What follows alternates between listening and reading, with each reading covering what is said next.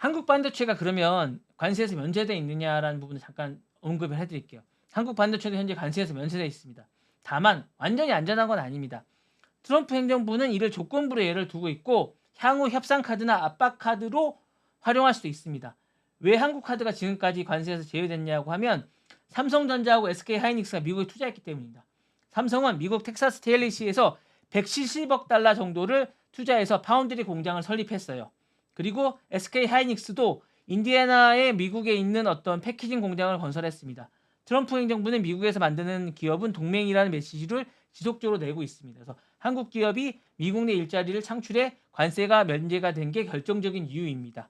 그리고 TSMC와 함께 글로벌 반도체 공급망의 핵심의 축입니다. 그래서 이제 미국 산업이라든가 AI 데이터 센터라든가 자동차 등 삼성과 하이닉스의 D램, 낸시 플래시 메모리라든가 전적으로 의존하고 있습니다. 그리고 이 기업들이 타격을 입으면 미국 자체가 IT라든가 AI 방산 분야의 병목에 빠집니다. 그러다 보니까 이렇게 된 거고요.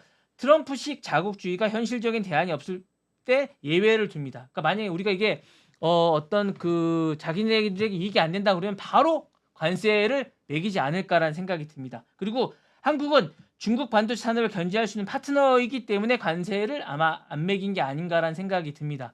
그리고 중국은 반도체 자립을 위해서 SMIC라든가 YMTC라든가 자국 기업을 키우고 있지만 기술 격차가 큽니다. 그렇기 때문이고 미국은 중국과 디커플링을 하면서도 한국 공급망을 유지하려는 입장이 좀 강합니다. 이런 것들이 좀 작용을 하고 있고요. 한국은 중국 견제의 어떤 전진 기준으로 당장은 때릴 수 없는 그런 대상이기도 합니다. 하지만 리스크는 존재합니다. 어떤 리스크가 있을까요? 트럼프 행정부는 이런 때 아마 관세를 예고할 수 있을 것 같아요.